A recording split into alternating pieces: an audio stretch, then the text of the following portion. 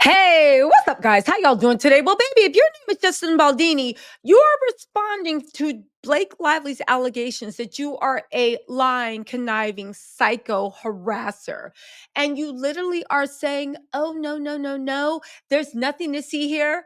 You guys, and what actually solidifies the fact that Justin Baldini is out of his mind and the fact that Blake Lively is probably telling the truth, Justin Baldini has responded and to this lawsuit that exposes everything. If you guys don't know, Blake Lively sued Justin Baldini for being a weirdo creep who, because he was worried that he would be exposed, literally tried to destroy her and her husband and their family with the backing of a multi-billionaire that pledged to spend almost $100 million to destroy them.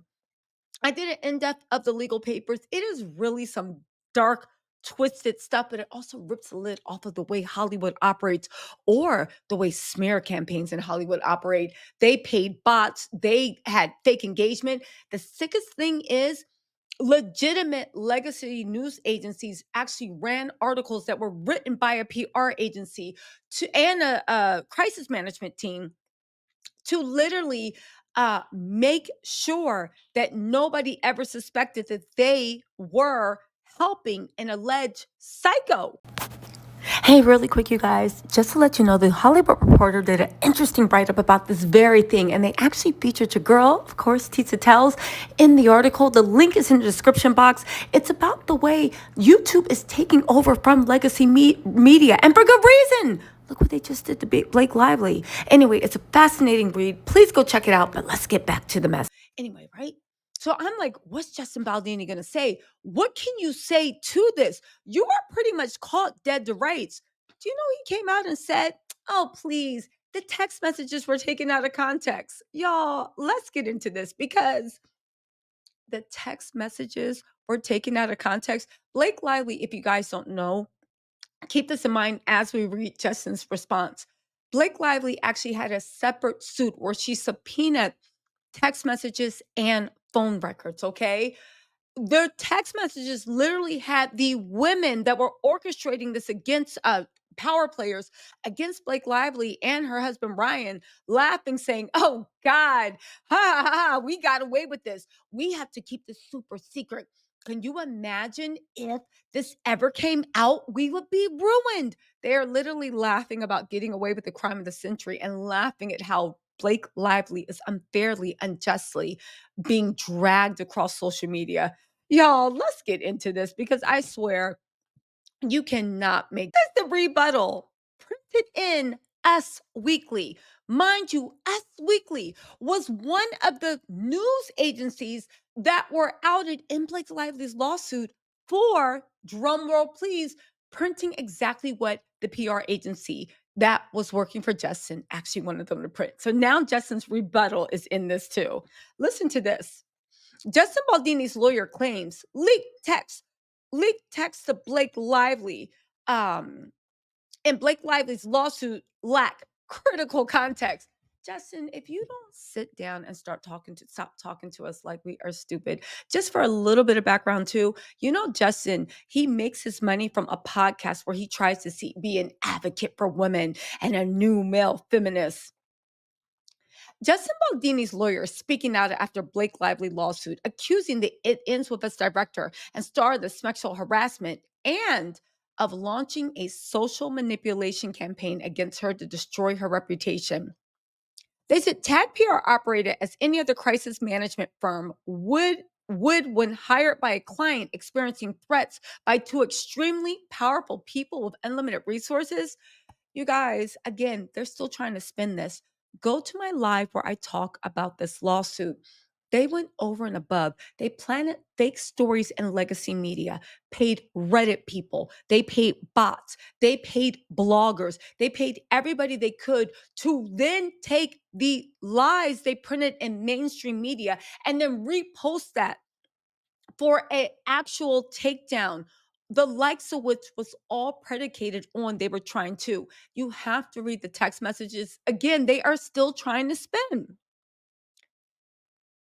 They continue. The standard scenario planning tag PR drafted proved unnecessary as audience found Blake Lively's own actions, interviews, and marketing during the promotional tour distasteful and responded organically to that which the media themselves picked up on. No, they have the messages. One of the owner's sisters worked for the New York Post and literally was printing stuff pretty much copy and paste. On top of that, even the whole thing about her tone deaf thing during the press thing, they had all agreed this is the way she should present it. Justin Baldini ran a secret campaign to make Blake Lively look out of touch, crazy, and to make him look like as this justice warrior for victims of domestic violence. In the statement, Freeman claimed that the text exchanges between Baldini and his PR team in the lawsuit were taken out of context. They said it's ironic that the New York Times, through their effort to uncover an insidious PR effort, played directly into the hands of Blake Lively's own dubious PR tactics by publishing leaked personal text exchanges that lack critical context, the very same tactics she's accusing the firm of implementing. They were gotten by a court subpoena. They weren't leaked. On top of that, you know what? So here's the thing. The smear campaign worked so well. The two girls, one PR, one that owns Tag, one of them left her agency and it's being accused of taking clients with her. Okay? Because the Baldini thing went so great. It seems like that agency, her former boss, not leak, but it seems like that might have been the mole that tipped them off of where to look, and then Blake was able to get subpoenas. I don't think these were leaked. I think they were subpoena messages. The lengthy court documents filed on Friday, December 20th, I read it all. It's 66 pages of pure action. The doc references thousands of pages of text messages and emails that Blake Lively reportedly obtained through a subpoena. Through Freeman now claims they were leaked. In response to the claim, and Freeman's newest latest statement, a member of Blake Lively's team told Us Weekly. The subpoena disclosed and referenced in the complaint and the complaint was served. Hold on really quick, guys. Sorry, I got it back up. They said the subpoena disclosed and referenced in the complaint was served on Jones Work LLC. The internal documents referred to in the complaint were produced subject to the subpoena. We expect that further details regarding the subpoena process will be disclosed during discovery. So they're trying to say we didn't leak anything. They were produced during a subpoena. Um, Again, the alleged text messages that were taken out of context, one said, Justin Baldini, this is the PR agents talking to each other. He wants to feel like she can be buried, she being Blake Lively. They also said this plan went well beyond our standard crisis PR. It's called astroturfing, which has been defined as the practice of publishing opinions or comments on the internet, in the media, etc., that appear to come from ordinary members of the public, but actually come from a particular company or political group.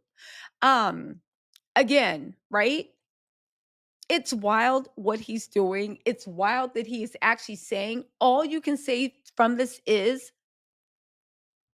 it's being taken out of context. You guys, listen, go watch the full live if you want to see. And one thing I do want to say that's actually really disgusting.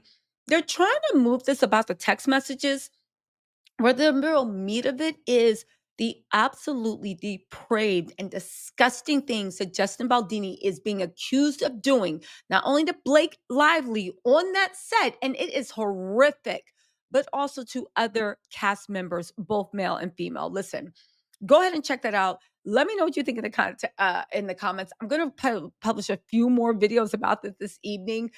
Woo, Hollywood is going down. Let's not forget the same firm that represented Johnny Depp, Drake, and people are saying that Diddy's people may also be working on this firm.